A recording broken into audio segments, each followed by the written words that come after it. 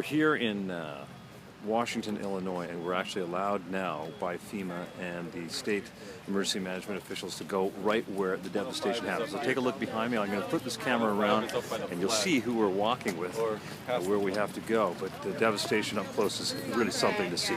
Take a look over here.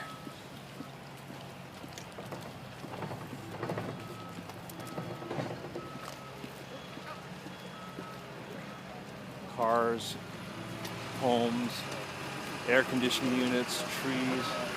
The damage is really obviously widespread everywhere you possibly could think. Take a look at these cars over here. This is 105 just past the ladder. Things just piled on top of each other. And here's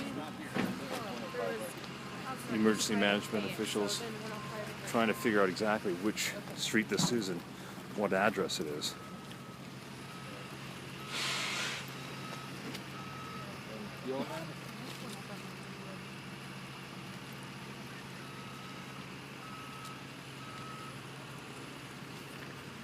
We'll get more of this coming up, but that is a good sense of what's happening right here on the ground.